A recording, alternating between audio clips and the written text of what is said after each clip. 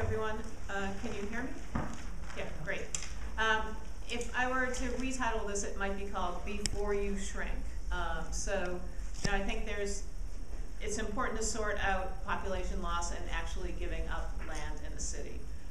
And one of the things that we're part of, as Joan said, we're part of the Mayor Bing's look at, I think the project's now called Detroit Works, which is thinking about what the future of Detroit might look like in terms of land use, but also in terms of the economy, in terms of housing. It brings together a kind of wide range of expertise, about 10 different consulting teams from the US and internationally, looking at different pieces of it. So our piece of it is to look at the industrial strategy and also just kind of fill in with help on understanding Detroit's economy overall. When Barry and I talked about this talk, one of the things he wanted to do was to give a broad sense of how other shrinking cities, how other cities that are losing population might think about this. And so we took a selection of our work from, basically our technical work from the project that we're doing on Detroit to help show how we're thinking about it, and also kind of the level at which we think that some of these issues need to be considered. So the first thing I would say in terms of the advice, and we've kind of laid out the presentation this way, is to understand the problem. And there are kind of two problems. One is that Detroit has lost population, but the second is that it's lost jobs, and it's lost jobs a lot more quickly than it's lost population. And so if you look at how population and employment have moved since 1970, so over the past 40 years, in the US, for every 1,000 jobs in 1970, there are now about 1,900 jobs. And for every 1,000 people, there are only about 1,500 people. And so what you've seen is this much greater increase in jobs than in people. And of course, in this time period, you see women entering the labor force, see a broadening of the labor force. So people take up those jobs. But the broader point is you need to grow jobs faster than you grow population if you're going to actually get people jobs.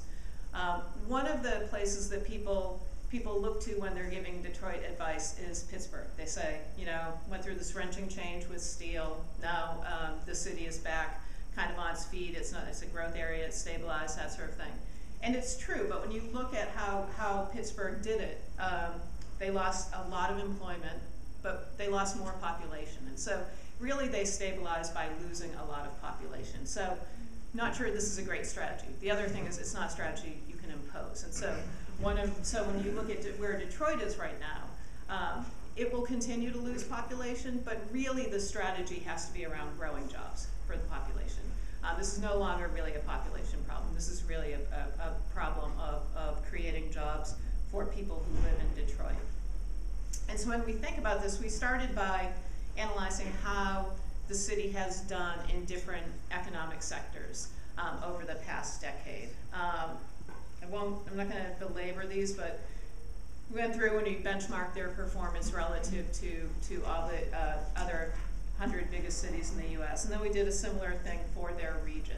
And the takeaway here, and I will say, every time I show this slide, people tell me I have to change this slide, so this is the new version. We'll see if it makes any more sense. But the real takeaway here, and we were kind of surprised by it, when we looked at where Detroit had lost jobs and where they had sort of competed relatively well, it turned out that in the parts of the economy where they're selling to other parts of the country or they're selling to the world, they actually did reasonably well. Where they really saw a lot of job loss, and I'll flip back and you can kind of see these: local food, local real estate, local education and training, local entertainment. Where they really lost jobs was in those parts of the economy that rely on local wealth and local spending by businesses. And when you think about this in terms of the tremendous wealth loss that's gone on in Detroit, in terms of not just employment and income loss, but real estate assets have been incredibly devalued. The value of businesses, all of the collateral assets, those values have kind of gone through the floor. The real estate values have dropped faster than any place in the country.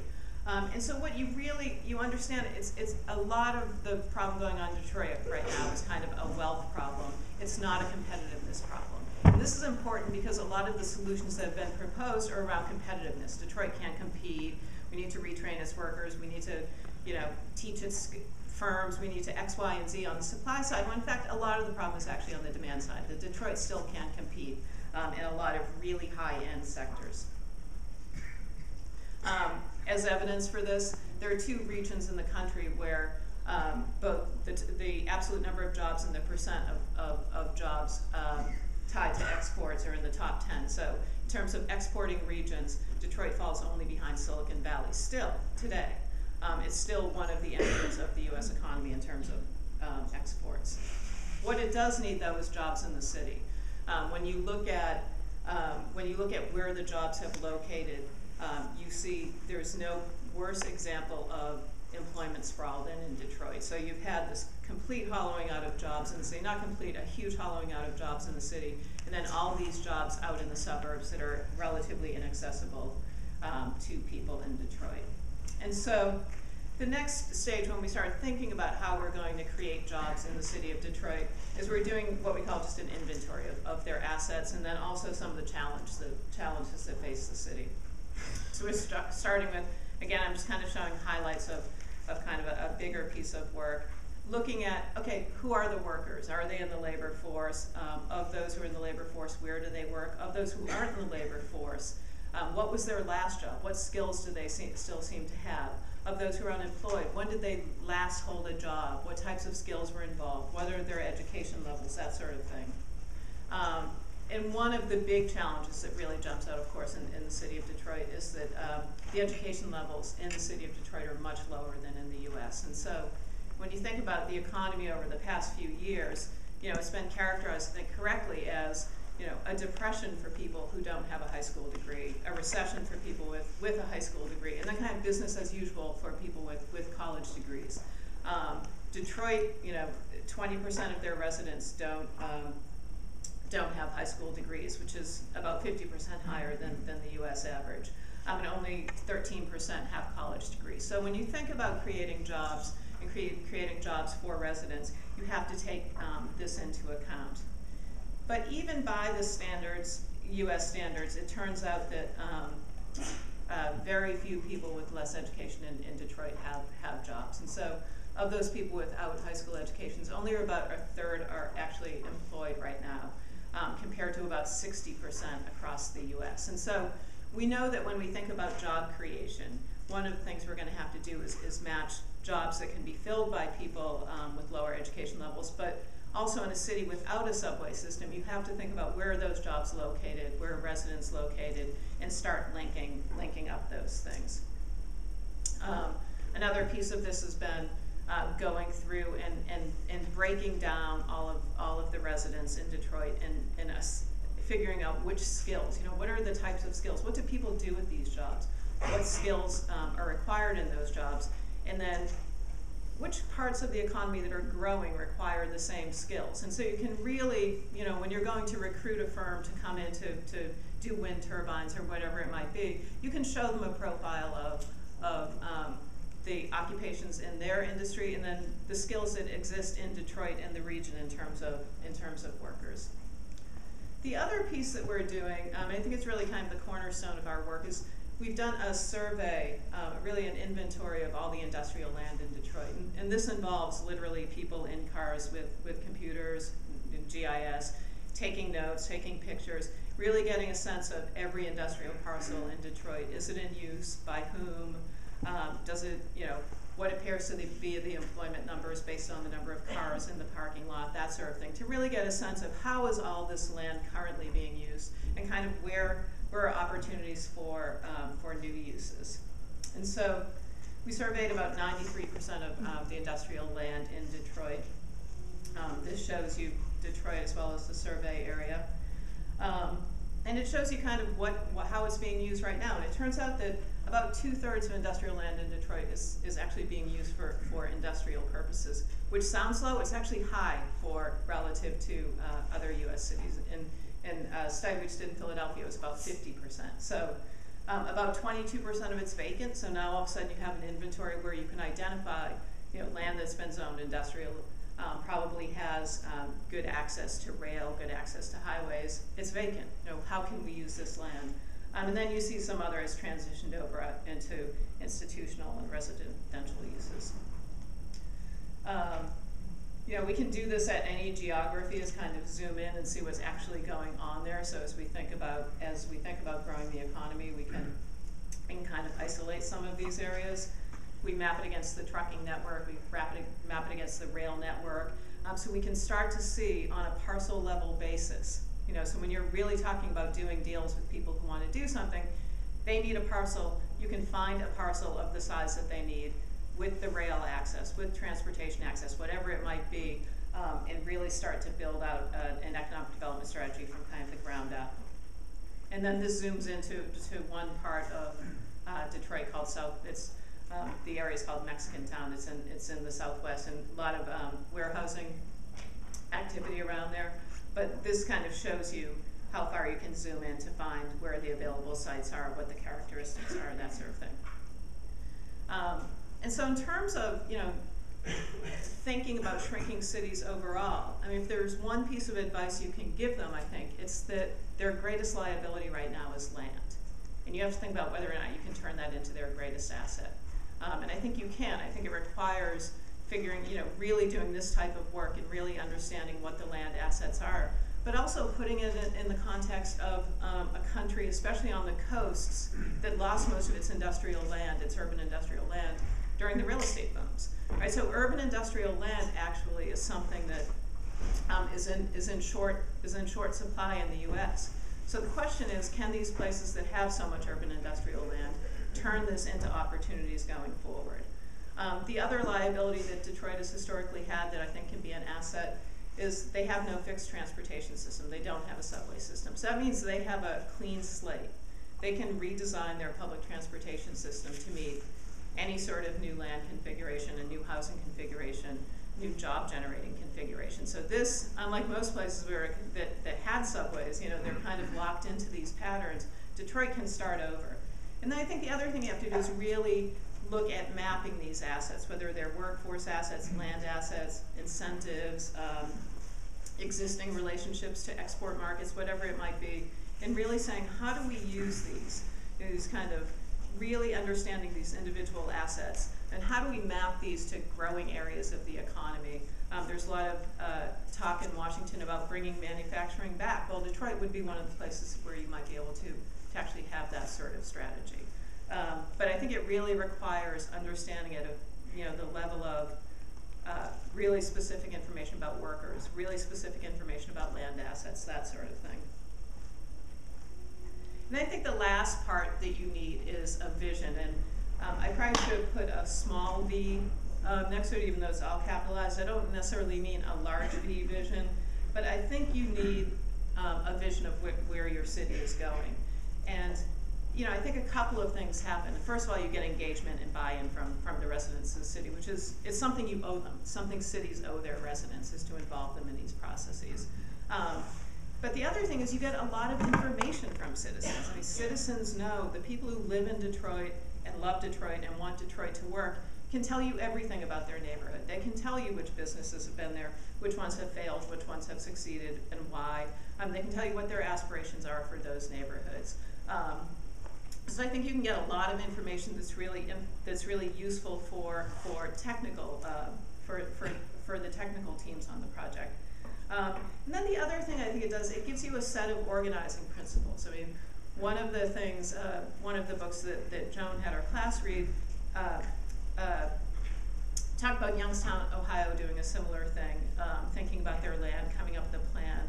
And they decided no more housing, or no more housing in these neighborhoods. One of the problems with not having a vision is you have no way to align investments. Once you have a vision, even a small v vision, you know not to be investing in certain neighborhoods, in certain industries, in certain types of housing, whatever it might be, but you start to actually have the investments reinforce each other rather than kind of undermine each other. And so for this project, and these are just, this is just our take on it, this is not Detroit's take on it, and it's preliminary in any case. You know, I think the first principle we would say is that, and we would say this for any city as well, is that you have to make sure there are opportunities for all residents. It's much easier to create jobs for people with college degrees but you have to create jobs for people who don't have college degrees as well. Similarly, I think there's a lot of talk about cooperation between city and the suburbs. Detroit can be a model going forward, I think, going with this. It's had a challenging history with its suburbs, but this kind of urban-led, this city-led regionalism, Detroit might be able to kind of show the country the way on this, of how you forge new relationships in a different environment to both help the city and help the suburbs around it. And then I think Detroit is poised to actually lead the new American economy, if the new American economy, as we're hearing, is going to be based on production rather than consumption. But at some point, the country needs an economic model that's not going to blow up 7 years later. And one of those areas that people are thinking about is manufacturing, broader industrial activity. These shrinking cities, one of the other things these shrinking cities have is tremendous manufacturing assets, tremendous know-how. If that really becomes a national strategy, these areas don't become less problem areas, and they actually become one of the great assets for moving this forward nationally. And then I think you can think about this specifically in terms of taking a vision for your economy and mapping it to different parts of the city, right? So we came up with this idea of corridors, which it's certainly not our idea, but it's an interesting way of thinking about when you have to link land to the economy, what might go together. And so there's an innovation corridor. There's great technology in Detroit. Ann Arbor is only about an hour away. Wayne State is there. There's a lot of great research assets there. And a lot of them will fall along these lines. Those could be corridors in which you think about innovation, in which you think about leading edge research.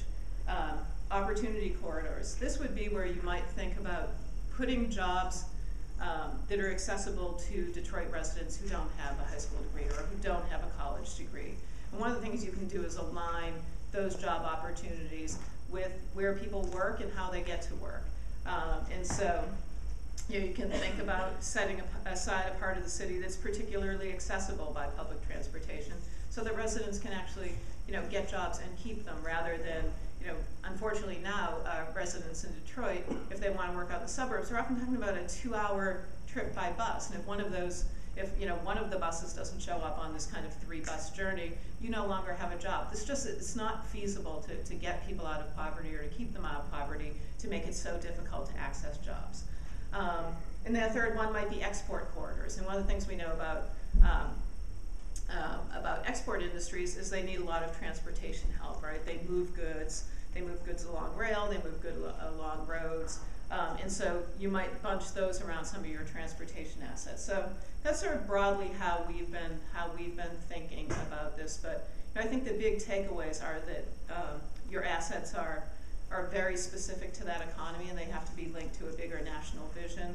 But the other is really around this question of land. I think that before everything becomes a park, and that's what I said, maybe I would call this talk Before You Shrink, is that, consider whether or not this land actually has a job generating value. And like I said, I think that, the middle of the country is in a fortunate situation in that, they didn't have the real estate boom. They actually have industrial land left. They actually have job producing land left. Boston doesn't, New York doesn't, a lot of places don't. And so I think those would be the big takeaways. It's the vision, the alignment with the national goals, but also really understanding your assets in not this sort of broad brush way, but in this very specific way where you can actually act on it.